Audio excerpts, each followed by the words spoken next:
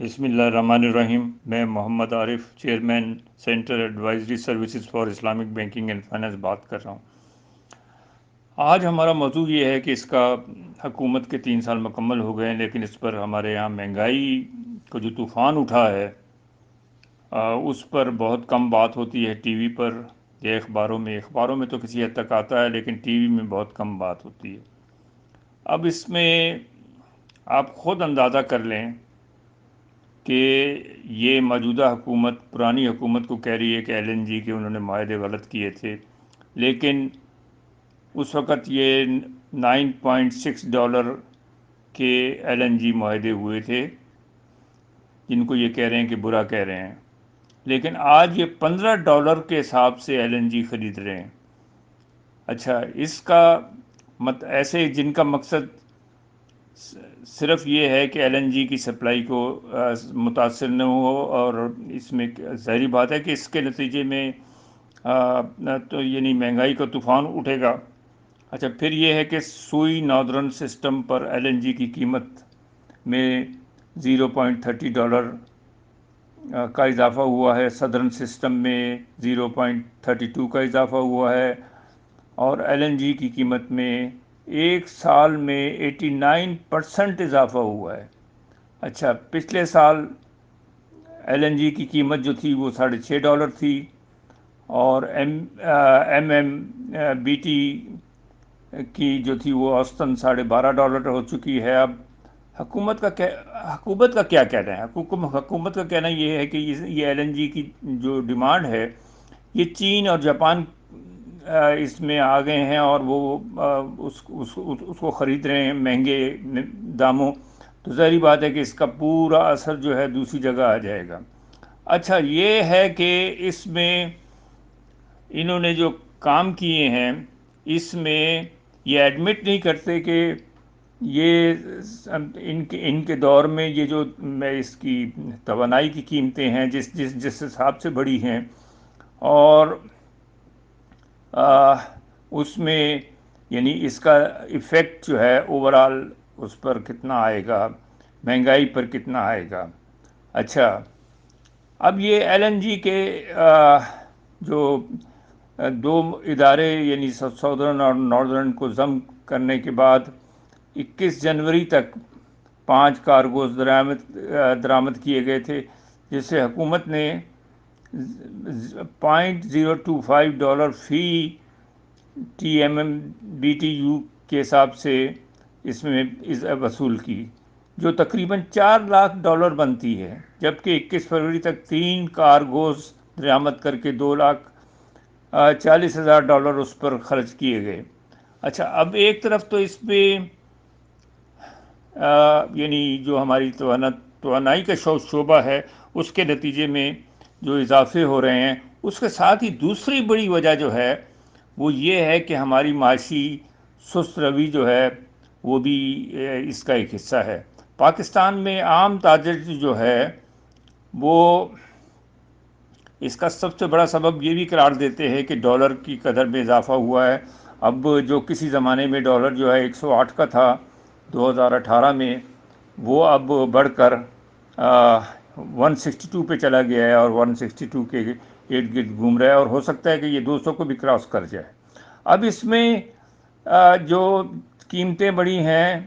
اس میں تمباکو ہے، چینی ہے، کھاد ہے، مشروبات ہیں، اور کہ اپنی تمام اچھا، اس میں ان کو کہا گیا ہے کہ وہ جو پروجیکٹ ڈائریکٹر ہے اس کو یعنی ان تمام چیزوں کے ٹریک اینڈ ٹریک سسٹم کے سرٹیفکیٹ جو جمع کرائیں۔ اچھا، اب آپ یہ دیکھیں کہ یہ رجسٹریشن کا عمل تو انہوں نے شروع کیا ہے، لیکن ہر درخواست میں بینیفیکچررز کا نام، سیلز ٹیکس ریٹرن ٹیکس اور N T N number, company کے لیے ڈائریکٹر کے نام اور دیگر معلومات ان کو فراہم حکومت کو کی جانی ہیں۔ مینوفیکچرنگ یونٹ کے تنصیب کی جگہ ویئر ہاؤس کا مقام، تیار ہونے والی اشیاء کی تفصیلات، نام، register trade mark, design, brand اور ماڈل بھی ان کو پرووائڈ کرنا ہوگا۔ اس کے ساتھ مینوفیکچر ہونے والی مصنوعات کی فروخت اور پیداوار اور مارکیٹ میں سپلائی اور ڈیمانڈ کے جو معلومات فراہم کرنی ہوں گی۔ اچھا، اس کے بعد اسی یعنی حوالے سے ایک پروجیکٹ ڈائریکٹر اس کی سماعت کرے گا، اور باقی معلومات جو ہے وہ ان سے، جو اپلیکینٹس ہیں ان سے لی جائیں گی۔ اچھا، اب ہم حکومت کی جانب سے کوششوں کے باوجود مہنگائی میں مسلسل اضافے سے جو بڑھا ہوا ہے، اب دیکھیں یوٹیلیٹی سٹورز میں بھی قیمتوں کے برانڈز بڑھا دیے گئے ہیں۔ یوٹیلیٹی سٹورز میں تیل، گھی، چاول، خشک دودھ، شیمپو، صابن، ڈٹرجنٹ کی قیمتوں میں اضافہ کر دیا گیا ہے، اور یوٹیلیٹی یعنی اس میں کوکنگ آئل جو ہے وہ 46 روپے تک مہنگا ہو گیا ہے، گھی کی قیمت میں 34 روپے اضافہ ہوا ہے، اور جو بچوں کا خشک دودھ ہے اس میں 10 سے 40 روپے تک اضافہ ہوا ہے، جبکہ شیمپو کی بوتل جو ہے 4 سے 20 روپے بڑھ گئی ہے۔ کپڑے دھونے کا صرف جو ہے 6 سے 45 روپے بڑھا ہے، اور نہانے کا صابن 3 سے 7 روپے تک بڑھا ہے۔ اچھا، اب اس میں یعنی ایک طرف تو ایل این جی اور پیٹرولیم مصنوعات، اور اس میں این جی اور سی این جی کی قیمتوں میں اضافہ ہو رہا ہے، یعنی اور ان کا اطلاق امیڈیٹ ایفیکٹ سے وہ حکومت کر رہی ہے۔ اچھا، اب آپ یہ دیکھ لیں کہ جو پہلے سبسڈی کے تحت جو چیزیں ملتی تھیں، مثلاً 3 اشیاء، اس میں گھی، چینی اور آٹا شامل تھا، اس میں سبسڈی والا گھی جو ہے 90 روپے فی کلو بڑھا ہے،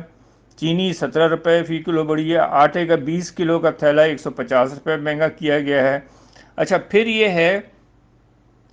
مزے کی بات، یہ ہے کہ یہ بتاتے تھے کہ یہ آپ یعنی 8% ہمارا یعنی انفلیشن یا مہنگائی کی شرح ہے، لیکن اب جو چیز سامنے آئی ہے اس سے یہ ہے کہ صرف یہ اسی مہینے یا اسی ہفتے یہ اضافہ جو ہے یہ 12.40 ہو گیا ہے۔ اچھا، اس میں جو ہے وہ لہسن ہے، ایل پی جی ہے، اس کے سلنڈر ہیں، پیٹرول ہے، ڈبل روٹی ہے، کوکنگ آئل ہے، دال کی پلیٹ ہے، دال مسور ہے، دہی ہے، دال چنا ہے، انرجی سیور ہے، گھی ہے، کھلا خشک دودھ ہے، گڑ ہے، بیف ہے، دودھ جو تازہ ہے، اور مٹن کی قیمتوں میں زبردست اضافہ ہوا ہے۔ اچھا، اب یہ ہے کہ یہ چیزیں جو ہیں یعنی اس میں صابن، ماچس، موٹا لٹھا، بیف پلیٹ، چائے کا کپ، سرسوں کا تیل، چاول باسمتی، ٹوٹا، الیکٹرک چارجز، خوردنی تیل، آگ جلانے والی لکڑی، ہائی سپیڈ ڈیزل، لان، کپڑا، اور اس کے ساتھ ان چیزوں میں یعنی زبردست اضافہ ہوا ہے،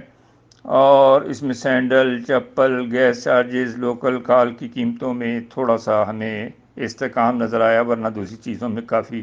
اضافہ ہوا ہے۔ اچھا،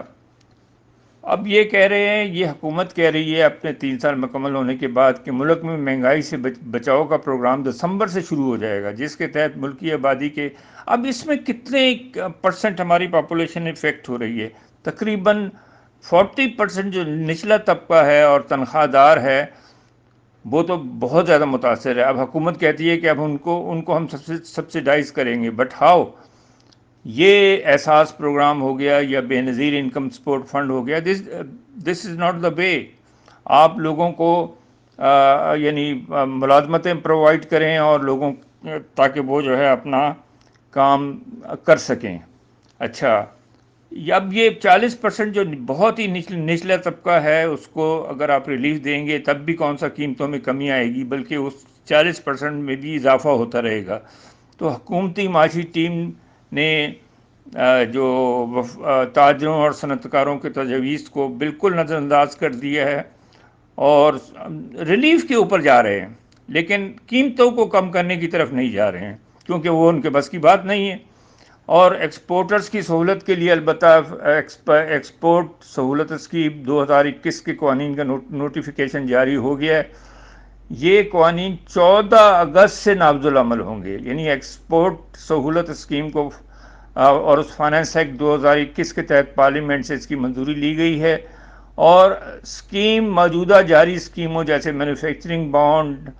ڈی ٹی آر اور ایکسپورٹ اورینٹیڈ اسکیموں کے ساتھ جاری رہے گی۔ موجودہ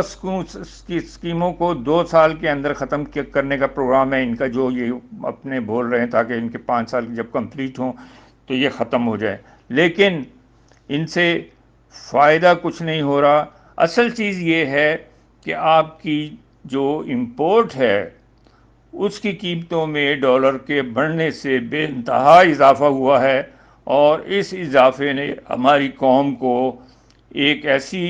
قوم میں تبدیل کر دیا ہے جو انتہائی غربت میں، اور اس پر کرونا وائرس کا بھی امپیکٹ ہے، جس کے نتیجے میں لوگوں کو کام جو ہے وہ دستیاب نہیں ہے۔ تو یہ اس پر حکومت کو نظر ثانی کرنی چاہیے، اسٹیٹ بینک کو دیکھنا چاہیے کہ بینک کس طرح لوگوں کو فائننس کر سکتے ہیں،